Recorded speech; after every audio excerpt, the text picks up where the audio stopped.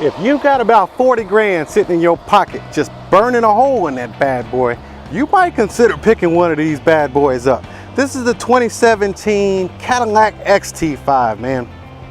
This is actually a really beautiful crossover vehicle.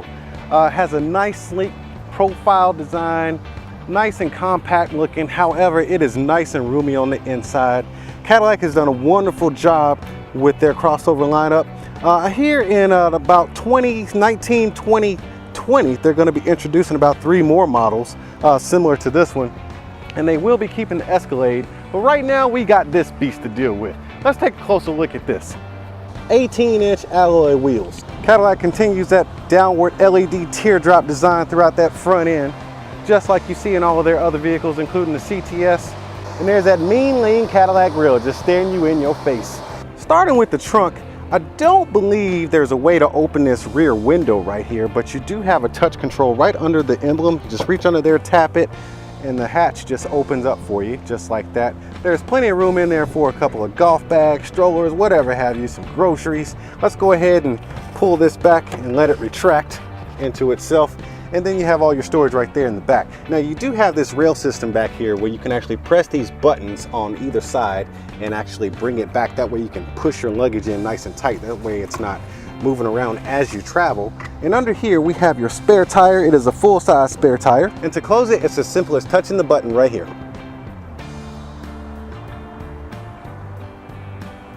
Now going into the rear seat, this car really does shine. There is so much room in here. And now if you're coming from an SRX, which is the previous rendition of the Cadillac crossover vehicle, then you will definitely experience a lot more room in here in the back seat.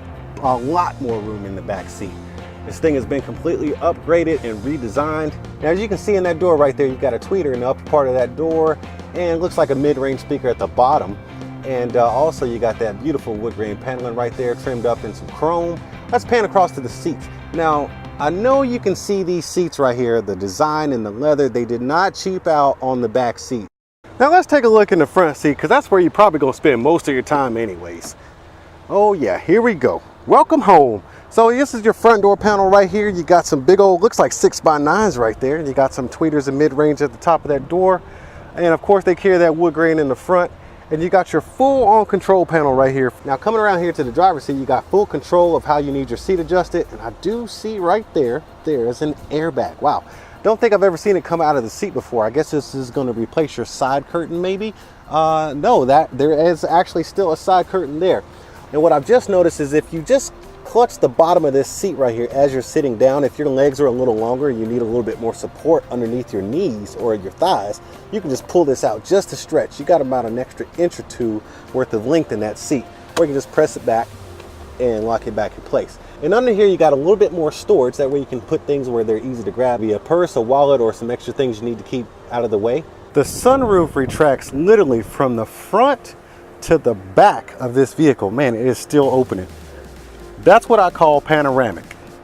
It's still opening. Okay, there it's done. Now, before I go into too much detail about the front interior of this car, let's go ahead and check out what's under the hood. Now, what's pushing this thing around is a 3.6 liter V6. This thing boasts about 310 horsepower. And from my experience driving it, it carries the load extremely well. All right, now let's get in this thing because it's hot out here and I'm ready to take a drive. Woo, man. Let me tell y'all, it is hot out there. Let me close up this sunroof so I can cool off a little bit. That is a lot of sun. Oh, man. Okay. Cooling off. Cooling off. All right, so let's talk about the inside of this vehicle as we take a ride. So first off, you got this kind of, our gear shifter is actually kind of quirky. Right here, it looks normal right here, but you got this button on the side that you have to press in order to put it in drive and in reverse. And then you can actually tap this button right here when you want to just automatically go in park. Let me show you right here. So you put it in reverse by pressing that button and going in reverse. There's your backup camera. And then we have to touch it again. Actually, I think we can actually just pull back and it goes into drive. Okay, but from park, which is right here, you actually have to press the gas pedal and press the park. You hear that ding and it goes into park. But from park, you can't just go into drive. It has given me a hold shifter button alert. So I need to hold this shifter button right here and then pull back. So that's kind of an awkward movement for me. For you, you probably get used to it after some time, maybe after a week or so of driving, but for me, it has definitely been kind of quirky. Let me put this thing back in park. Now, I don't know if you noticed, but there are a lot of design cues from the CT6, man, Cadillac's flagship car. There's a lot of dimension in here too. So right here is where you really get your big hint of a CT6. This dashboard right here is actually very reminiscent of the CT6. You have your toggle switches right here. You do have some swipe and touch controls. The entire Q interface is touch control, but you can swipe here up and down for your volume, or left and right rather. Then you have your toggles right here.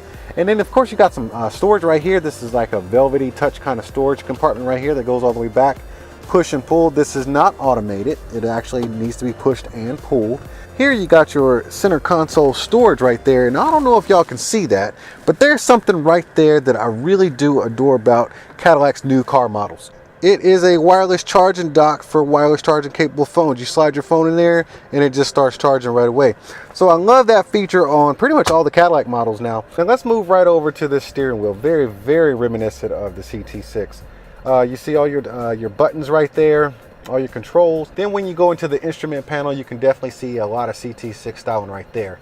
Now Cadillac's Cadillac Q and the dash cluster and the interface they have going right here, I actually really like it. I personally own a 2016 CTS.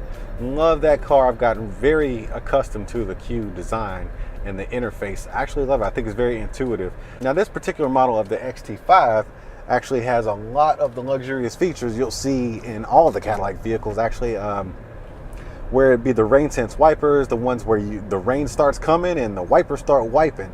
I love these features. They're very intuitive. You've got your blind spot protection in your left and right rear view mirrors. Let me get over real quick. Don't want to smash anybody up. All right, you got all kinds of collision protection in the front as well. And of course you got that backup camera there. But overall, this ride is very smooth. I'm driving a crossover, and you know, for a larger vehicle, it actually handles really well. I will tell you, this is definitely a sturdy and robust suspension system. It doesn't have different modes or anything like that. I think it's fine just the way it is. I was driving on the highway the other day, and I was doing about 70, and I needed to overtake a couple of cars just so I can get me some freedom on the road. And that 3.6 liter motor, actually, it did its thing, man. You could hear it growling too. Let me see if I can get into it real quick. Oh, okay. Yeah, so you can hear it growling. It growls at you, and it just crept up past those cars, and I was doing 90 before I even knew it. Now, I did slow down. I'm not just, you know, smashing 90 down the highway the whole time, but this car actually handles very well at high speed. So if you do need to, you know, take off and make a move here and there, the car is very capable of doing it. Overall, I think there's a lot of room in this car. I think it's perfect for any family. I can definitely see going on long trips in comfort and style. You arrive in this thing, and people look at you like, wow, yeah, they have arrived. The interior, like I said before, it's a very three-dimensional interior with all the different textures. You got some perforated leather right here, then you got grain leather up here, you got wood paneling, then you have some chrome accents. So it's a beautiful interior. I love it. Very three-dimensional. Makes you feel welcome and warm. Very easy car to drive and maneuver throughout the city. It doesn't feel big or heavy. It actually stops when you want it to stop and goes when you need it to go. That's something that I have to mention because I've owned cars before where you know, the braking system didn't seem to work so well. It was very hesitant and laggy. And then of course you got your acceleration where it's just not there. That does not exist in this car. I think Cadillac did a wonderful job in this car, and I feel good driving it, man. The Cadillac is back. Look, I ain't never claimed to be an expert in this kind of stuff. I'm just doing reviews. But before I get out of here, I'm gonna need y'all to tap on that like button and smash on that subscribe button, and I'll see y'all at the next one.